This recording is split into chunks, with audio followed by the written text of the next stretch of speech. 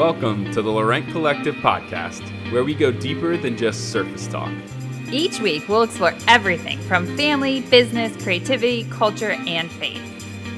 To make sure not to miss an episode, be sure to subscribe and hop on to Instagram at Laurent Collective to chat with us about this episode.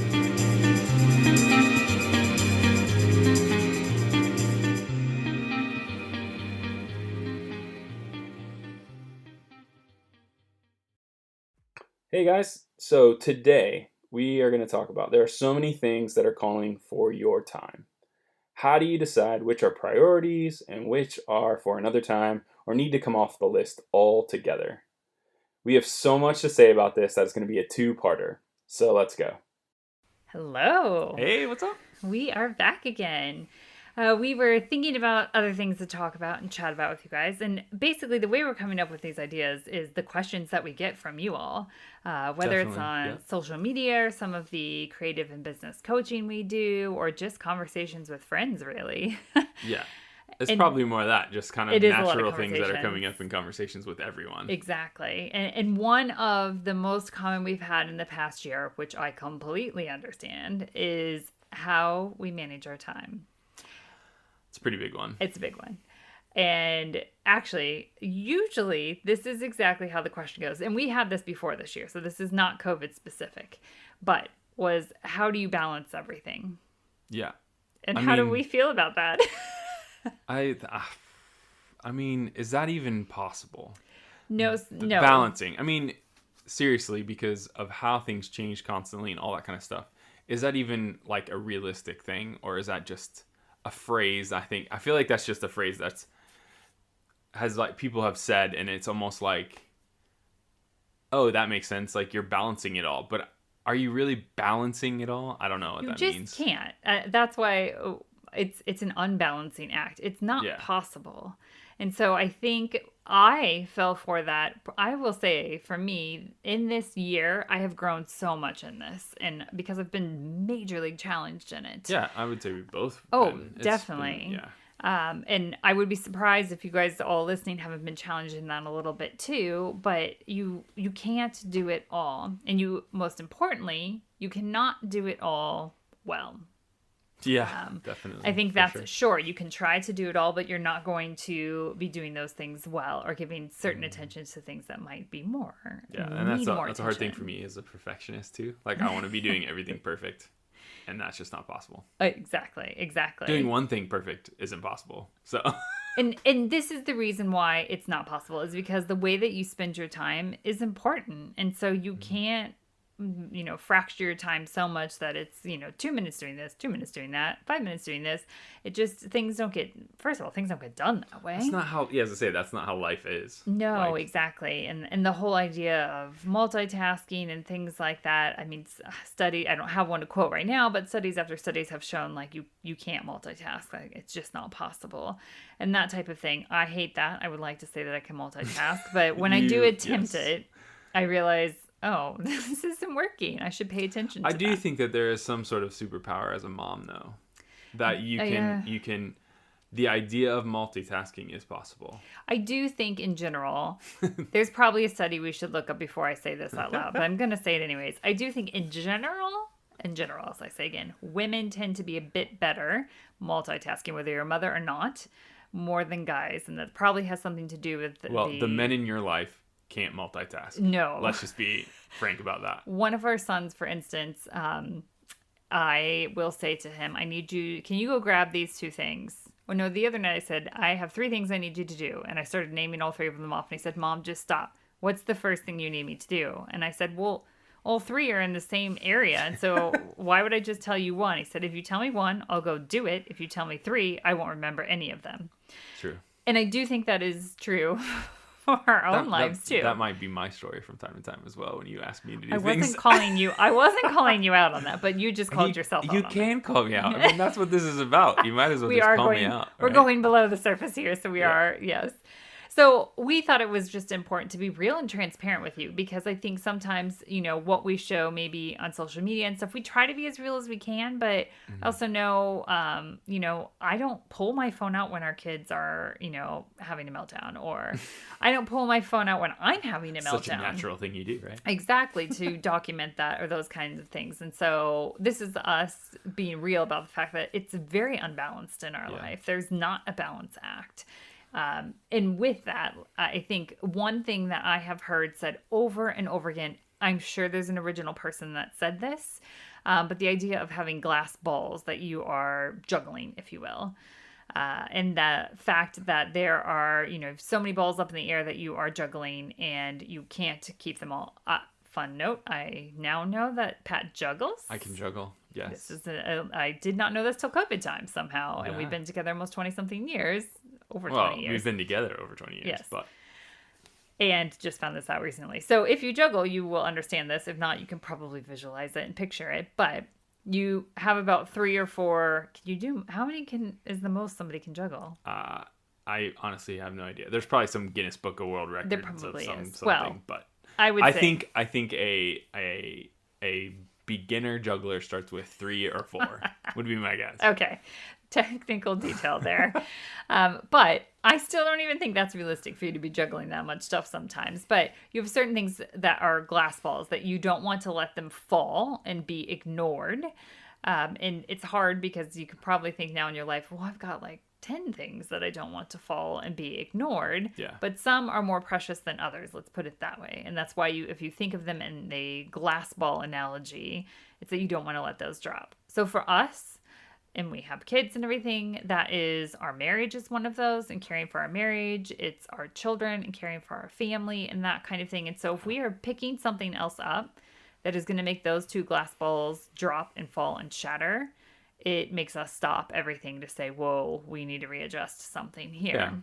And so those 2 are like always our glass balls. Yeah. Now, there are times where we have to like decide what our priorities are and things like that. And again, those 2 things are always our priorities. Those are the top of the priority. For us, we also have a faith. So it's our relationship with God as well. Mm-hmm. So whatever that may look like for you, but figuring out what those glass ball things are that if they dropped, it would be devastating. And so for us, we know in order to do all these other things, those things have to be in a healthy place and we cannot drop those glass balls. Doesn't mean that we don't go through seasons right. where they're slowly getting to the floor and about ready to drop and that kind of stuff. And so we've just learned, and we continue to learn, we're not perfect in it, about those things and how to keep them up in the air somewhat.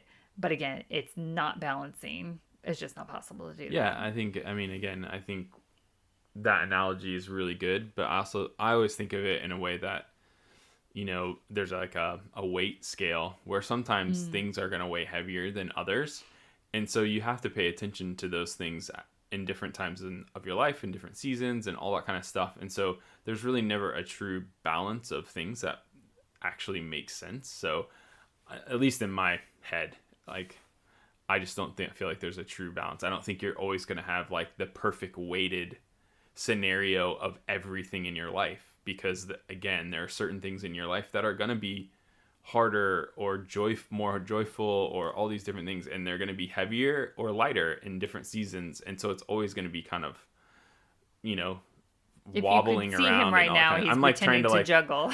Well, yeah, I guess that's juggling or, feeling like waiting, one side's or those kind heavier of things, than the other kind of thing. So... I think, again, part of it is then whether you want to refer to it as what are your glass balls or what are your priorities. Yeah. I think that's probably something that's a bit more tangible for most people, and they can really think like, okay, I can figure out what my priorities are. But here's, again, this is coming from me, who is somebody that would like to have 20 priorities.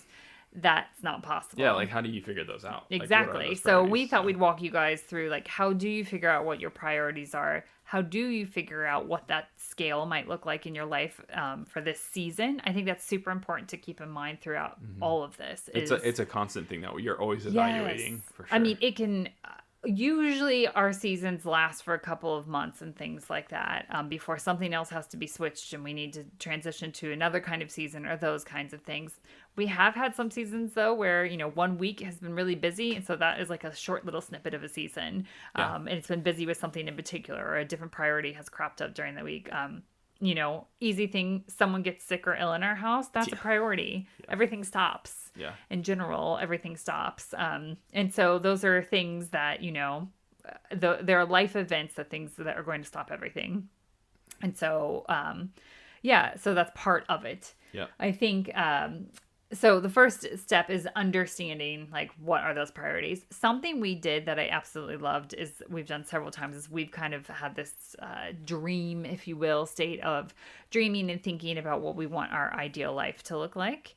And that sounds very like, oh, must be nice you can think of that and stuff. And I realize that is a privilege, we can do that. But what that does is, like, helps us think about what are our yeses and our nos. And so with that, then we set priorities in line with that. And we'll talk about some of our priorities that have come up in this past year, especially, that have come up with that. Yeah. But something that we would highly recommend is the book Essentialism. Definitely. I've read it multiple times. I'm actually planning on reading it again in the next couple of weeks. Yeah. It's a I've fairly done it quick a couple read. times as well. Yeah. And it's a fairly quick read. It's something great. I would actually get the book form if you can, because you can tag it, highlight it, underline it. You would say that for any book, I would to be say honest. that for any book, yes. But you only have so many shelves and space too. So I'm coming to terms with, not. But I would prefer to have it in book form. And it's really good at figuring out, like, what are the essential things for it? What are in your life? What are the essential things? And so, again, whatever you want to call it, essentialism, priorities, or glass balls, it's all the same idea of what are those most important things, and then how does everything fall into place from knowing what those are. Yeah. And then how do you make decisions on them? And it means you're going to have to say no to a lot of stuff too, which is just hard. Which I think one of the big things that we've been processing is that, what do we say yes to right now? And I've just been really reflecting on that a lot. But when you say no, when we've been talking about this so much lately, is when you say no, it gives another opportunity for someone else to be able to say yes to.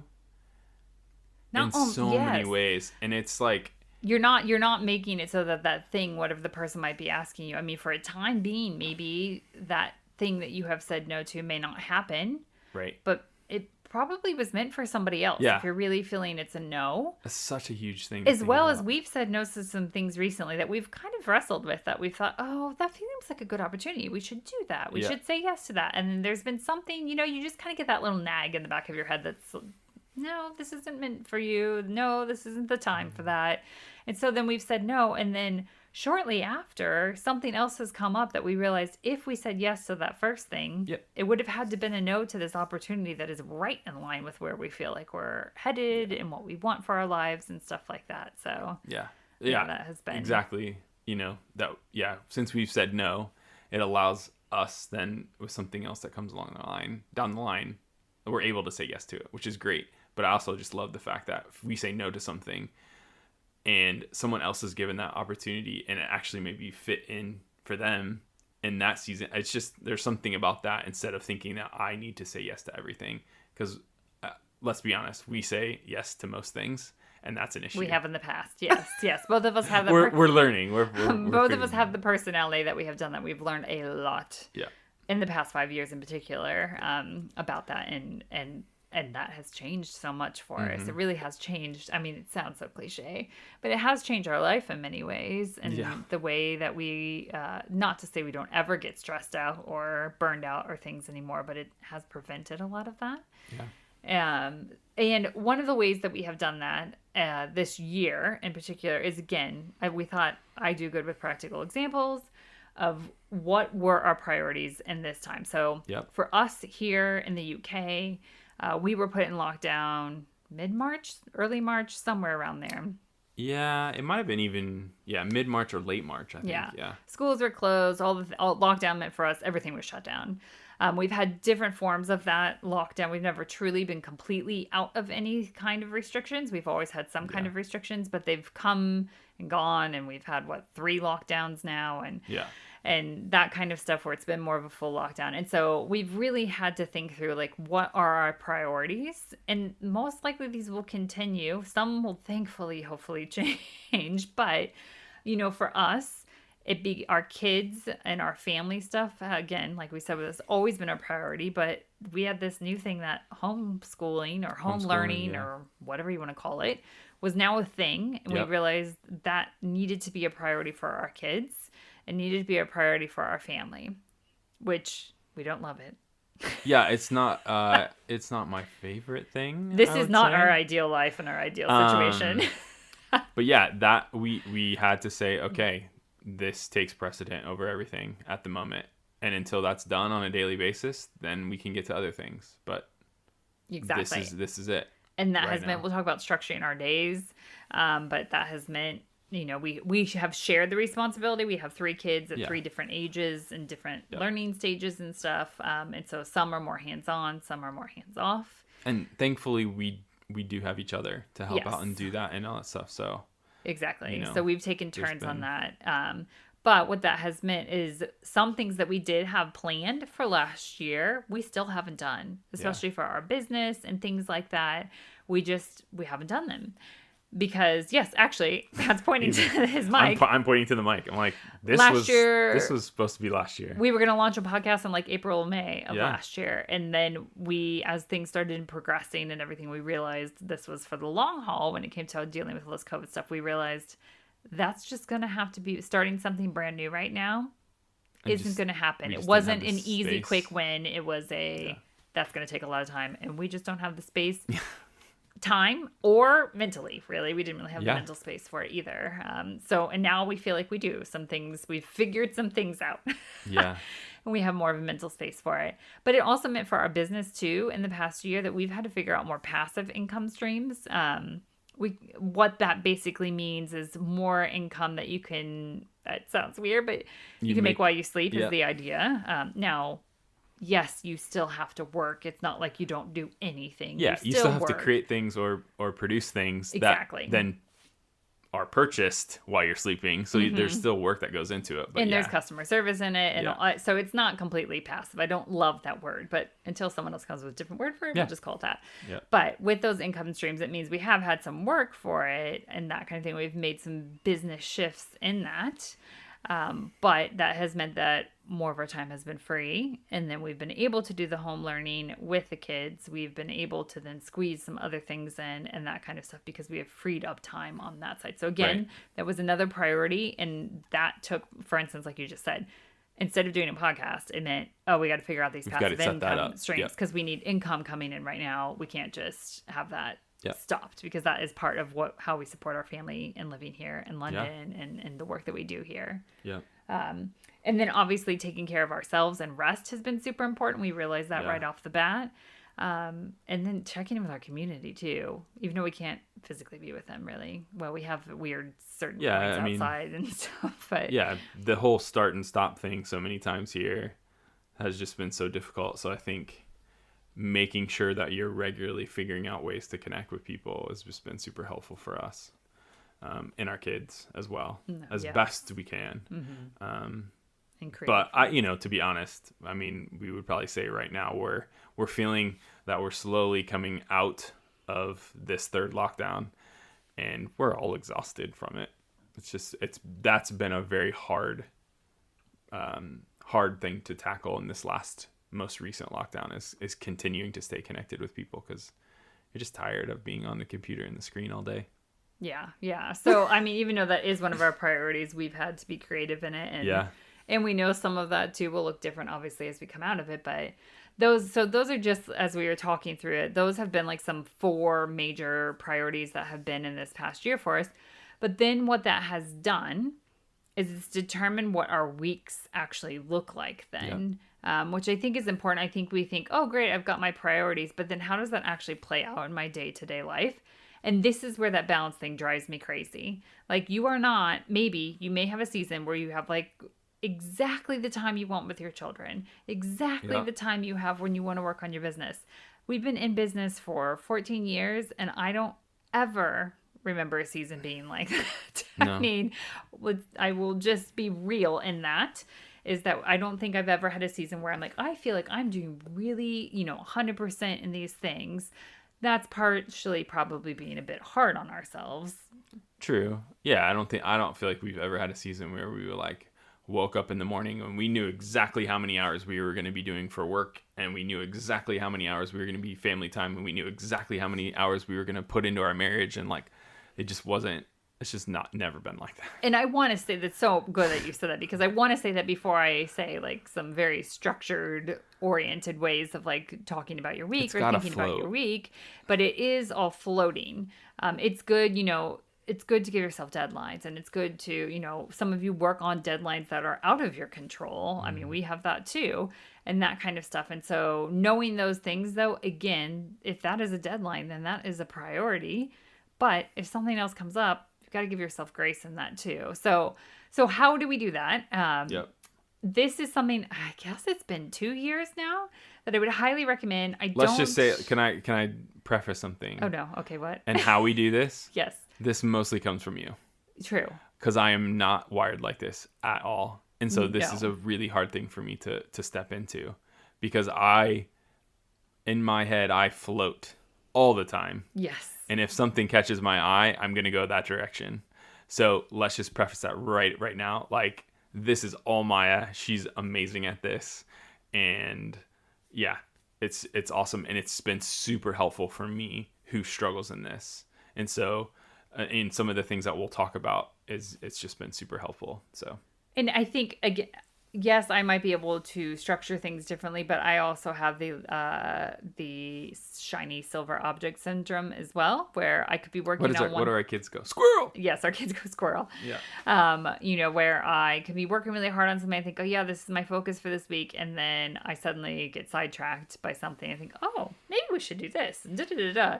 And I have found ways to handle those brain things that kind of start happening, the squirrels and stuff like that take you off, that I write them down someplace so I don't forget them, but then I realize, great, they're written down, I don't feel like I'm going to forget them. Sorry, I just wanted to make sure that people knew that. I think that is good, because you may be wired more like me, you may be somewhere in between, or you may be wired more like Pat is, but in order to get things done, I mean, you can say whether what I'm saying is true or not, but in order to get things done and feel, I don't know, just feel a sense of accomplishment, number one. Totally.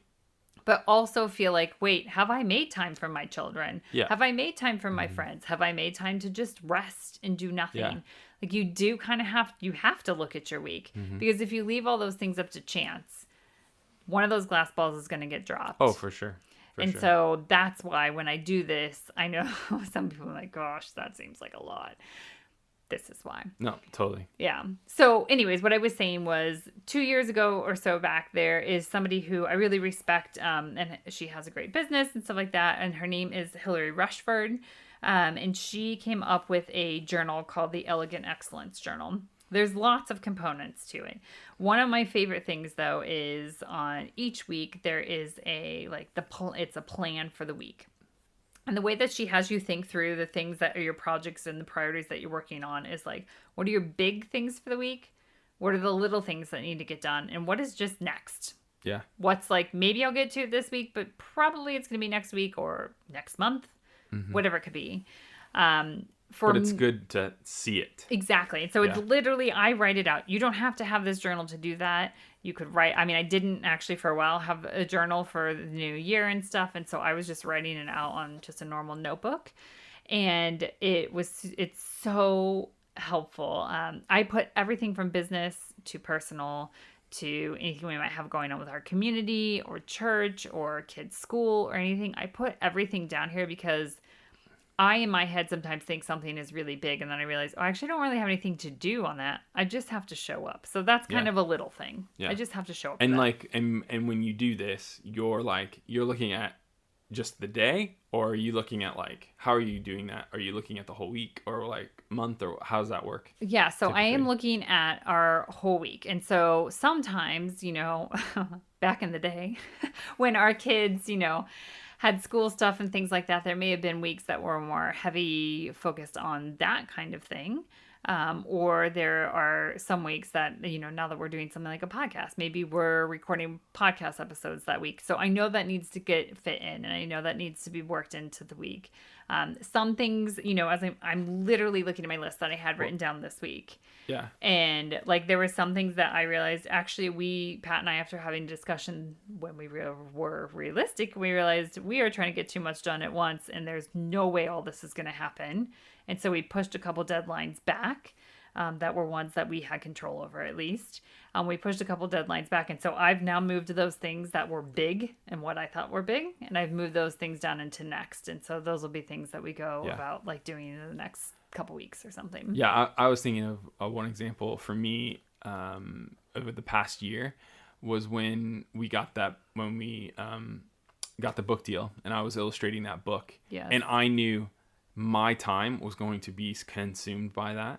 And so we had a discussion, we restructured some of our priorities in that season, right? But because of the things and that we've been setting up and looking at each week and month and all that kind of stuff, that was a really easy conversation. And that was already before I had even started the project. I was like, okay, these are the things that we need to start looking at because this project is going to take up a huge chunk of my time. So we're going to have to reorient and rejig things. Mm-hmm. And so it was just a really easy conversation. So hopefully that helps. But just knowing, because I'm not wired like you, but the certain rhythms and practices that we've been putting in to some of our systems, that already on the forefront of my mind even before I even started the project or whatever. Like I knew that we had to start rejigging things and move things around. So. Exactly. So, and I think that's why, again, when you put something down and it's got big, little next, like for instance, a couple weeks ago, it was our son's 14th birthday. And so for me, that was a big thing because it didn't take a lot of my effort, but I wanted to make sure we were recognizing it. I wanted to make sure we were celebrating it.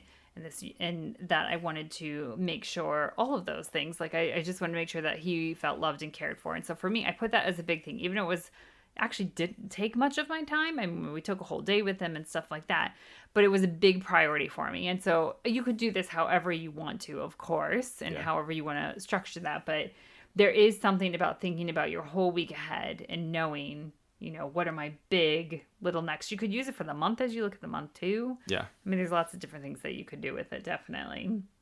And then some weeks, again, like we were on, we took like they call it holiday here, holiday vacation, whatever you want to call it.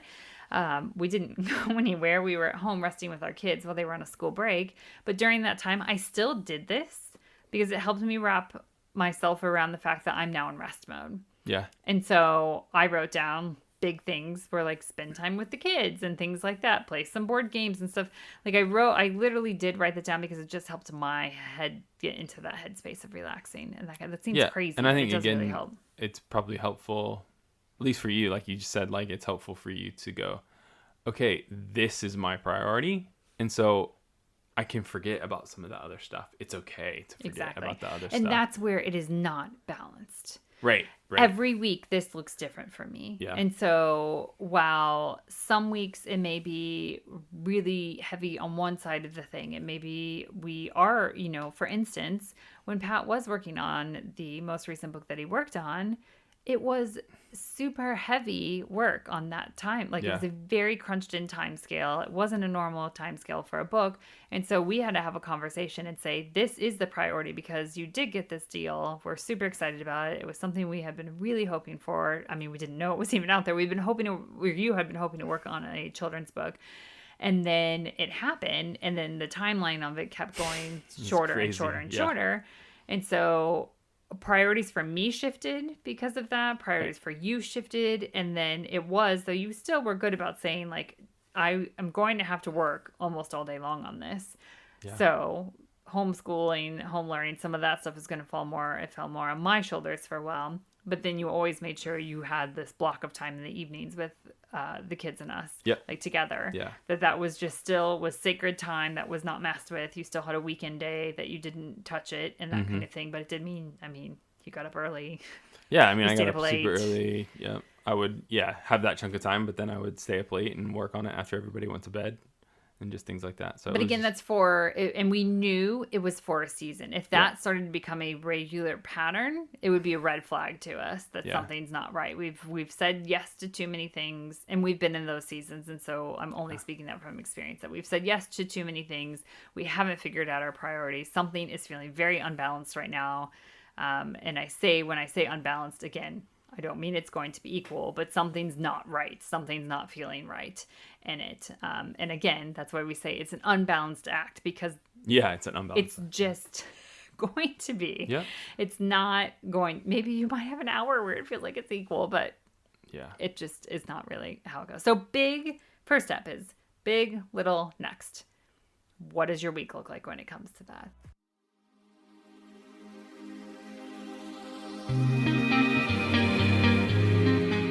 Thanks for joining us on today's episode of the Laurent Collective podcast. If you enjoyed today's podcast, be sure to subscribe and leave a review, which helps others find our podcast.